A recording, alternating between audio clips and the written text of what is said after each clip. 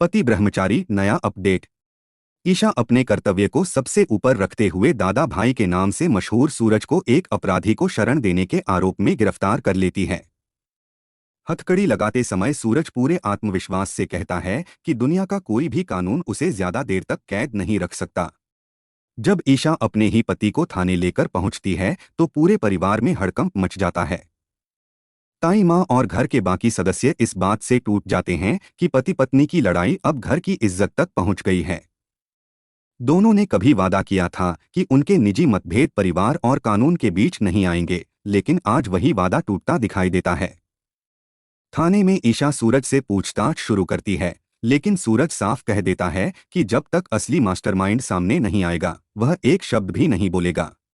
तभी श्याम दौड़ता हुआ आता है और बताता है कि जिस अपराधी को सूरज ने छिपाया था उसने बयान दिया है कि वह अपनी मर्जी से नहीं बल्कि एक बड़े नेता और कारोबारी के दबाव में काम कर रहा था। इसी बीच खबर मिलती है कि उसी गिरोह ने शहर में एक और बच्चे के अपहरण की कोशिश की है। ईशा तुरंत अपनी टीम के साथ रवाना हो जाती है। जाते जाते सूरज सिर्फ इतना कहता है, अगर सच तक पहुंचना है तो एक बार मुझ पर भरोसा करना होगा। दूसरी तरफ बंटी और श्याम असली सरगना की तलाश में निकल पड़ते हैं।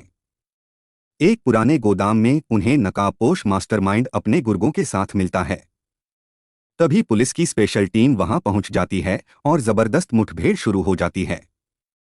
सरगना तो भाग निकलता है, लेकिन उसके हाथ से एक पेन ड्राइव गिर जाती है।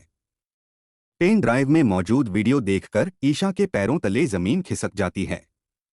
उसमें साफ दिखाई देता है कि सूरज किसी अपराधी को बचा नहीं रहा था, बल्कि उससे पूरे गिरोह की सच्चाई निकलवाने की कोशिश कर रहा था।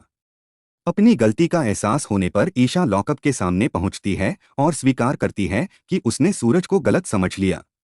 सूरज शांत स्वर में कहता है कि पहले असली गुनहगार को पकड़ना जरूरी है, रिश्तों की बात बाद में होगी। तभी कंट्रोल रूम से सूचना मिलती है कि ब्लूटूथ और मेघिका फिर से खतरे में हैं। बिना देर किए ईशा लॉकअप खुलवाती है और सूरज को अपने साथ लेकर बच्चों को बचाने निकल पड़ती है। पुरानी मिल में पहुंचते ही चारों तरफ से गुर्गे हमला कर देते हैं। सूरज अकेले कई बदमाशों का सामना करता है, जबकि ईशा अपनी टीम के साथ बच्चों को सुरक्षित बाहर निकाल लेती है। इसी दौरान नकाबपोश सरगना भागने की कोशिश करता है। सूरज उसका पीछा करता है और दोनों आमने सामने आ जाते हैं। अचानक सरगना अपना मास्क उतार देता है। उसे देखकर सूरज और ईशा दोनों हैरान रह जाते हैं। वह मुस्कुराकर कहता है, तुम दोनों की लड़ाई ही मेरी सबसे बड़ी ताकत थी। अब जब तुम साथ आ गए हो, असली खेल शुरू होगा। इतना कहकर वह स्मोक बम फेंकता है और धुएं का फायदा उठाकर फरार हो जाता है। धुआं छंटने के बाद ईशा सूरज की ओर हाथ बढ़ाकर कहती है, अब यह लड़ाई सिर्फ कानून की नहीं, हमारे परिवार की भी है। सूरज उसका हाथ थाम लेता है और कहता है, इस बार दादा भाई और आईपीएस मिलकर हर दुश्मन का सामना करेंगे।